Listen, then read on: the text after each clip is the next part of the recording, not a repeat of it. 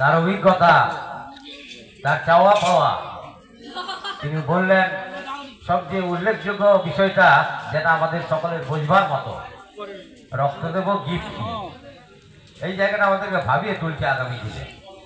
তো রক্তদান তো এ জীবন না, এর কোনো গিফট হয় নাকি?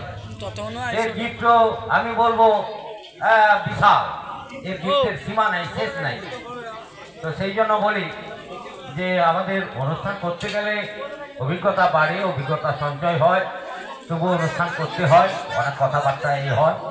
এবারে আমি অনুরোধ করব মাননীয় দীপঙ্কর বাবুকে কিছু বলার জন্য।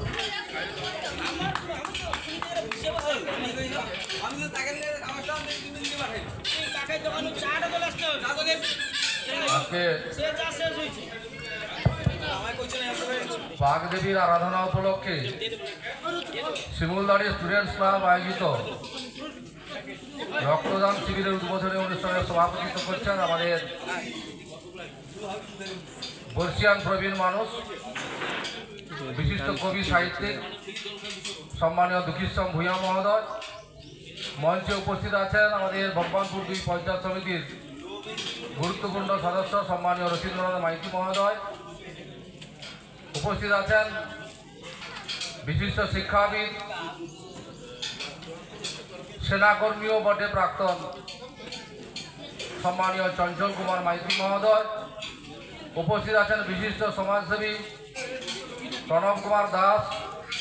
এবং যে স্কুলে এই রক্তদান শিবিরটি হচ্ছে, শিমুলদাড়ি আত্মিক প্রাথমিক বিদ্যালয়ের প্রধান শিক্ষক বুদ্ধদেব বাবু সহ শিক্ষক শিক্ষিকাবৃন্দ, উপস্থিত রক্তদাতাগণ এবং সমবেত গ্রামবাসীবৃন্দ, এই স্টুডেন্টস ক্লাবের সভাপতি সম্পাদক সহ সমস্ত সদস্যবৃন্দ সবাইকে বাসুদেব বেড়িয়া গ্রাম পঞ্চায়েতের পক্ষ থেকে শ্রদ্ধা প্রণাম ভালোবাসা জানিয়ে দু একটি কথা নিবেদন করি।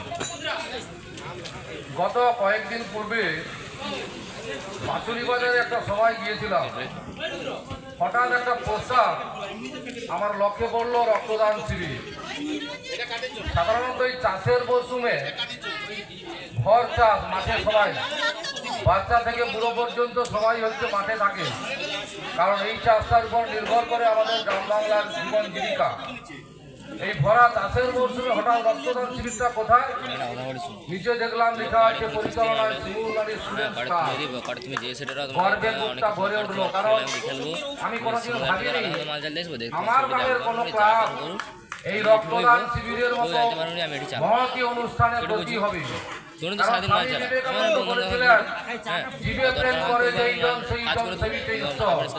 সেই মহান পথে ব্রতী হয়ে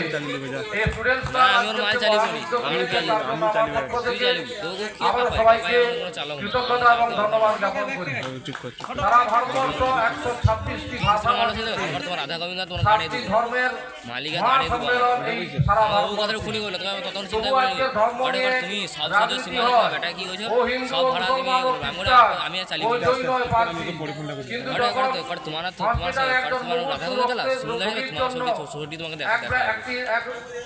একটা রক্তের বোতলের প্রয়োজন হয়, তখন কে হিন্দু, কে মুসলমান, কে পার্সি, কে জৈন আমরা কিন্তু খুঁজি না।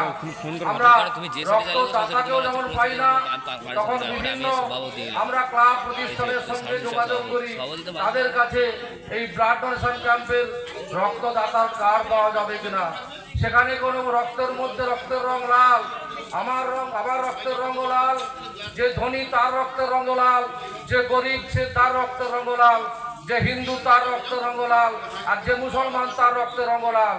একটা মুমূর্ষু রোগীকে বাঁচানোর ক্ষেত্রে 1 বোতল রক্ত, সেটা হচ্ছে মানবতার সবচেয়ে বড় উপহার। এর চেয়ে বড় উপহার হতে পারে না।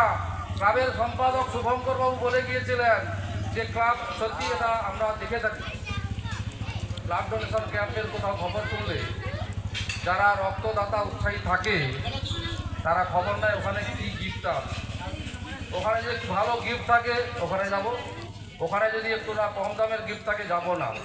কিন্তু আমি মনে করি রক্ত যে দেয় তার কোনো খরচ হয় না, রক্ত যে পায় সে পায় একটা জীবন। তাই মানবতার বড় উপহার হচ্ছে রক্তদান। আমি অনুরোধ করব, এই ক্লাবকে শুরু করেছেন, এটা চালিয়ে যাবেন। চালিয়ে যাওয়ার জন্য যা যা আমার সহযোগিতা লাগে আমি নিশ্চয়ই আগামী দিনে এবং করব। ধারাবাহিকতা বজায় রাখাটা আমাদের কাছে খুব চ্যালেঞ্জে হয়ে যায়। বাধা আসবে, যে কোনো কাজ করতে গেলেই বাধা আসে। সেই বাধাকে অতিক্রম করে আসল জায়গায় পৌঁছানোই হচ্ছে আমাদের মহান ব্রত হওয়া উচিত। আর যারা ব্লাড নিচে এসছেন, ভরুকা ব্লাড ব্যাংক, আমি অনুরোধ করবো গ্রাম বাংলার ছেলেরা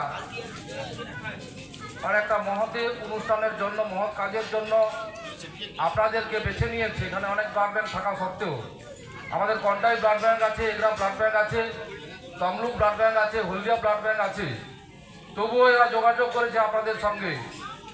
আমি অনুরোধ করব আপনাদেরকে, আজকে রক্ত নিয়ে অনেক কালোবাজারি হচ্ছে, আমাদের গ্রামের সাধারণ মানুষরা যেন আপনাদের সেই অসৎ উদ্দেশ্যের ফাঁদে না পড়ে, এটা দেখবেন। এই আহ্বান জানিয়ে আবারও সবাইকে আমার পক্ষ থেকে ধন্যবাদ, কৃতজ্ঞতা জ্ঞাপন করে এবং এই ক্লাবের আরও উত্তরোত্তর শ্রীবৃদ্ধি কামনা করে আমার বক্তব্য শেষ করছি। নমস্কার। ধন্যবাদ দীপঙ্কর বাবুকে তার মূল্যবান কিছু কথা